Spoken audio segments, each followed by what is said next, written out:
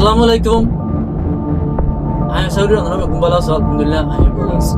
আমরা যদি কামিয়াবি সঙ্গলে আমরা দিন দিব আর জিনিস এনে তোমার জিন্দগি বদলে দিতে আমরা তো আমরা মা বাবার ইজ্জত করাবো, উস্তাদ কলের ইজ্জত করাবো, মানে যেতুন আছে বেগুনের ইজ্জত করাবো, যেতুন তুই আরেকজনের ইজ্জত করিবা এতুন মানে তোমার মানুষেও ইজ্জত দিব, ইভেন তোমার আল্লাহও ইজ্জত দিব।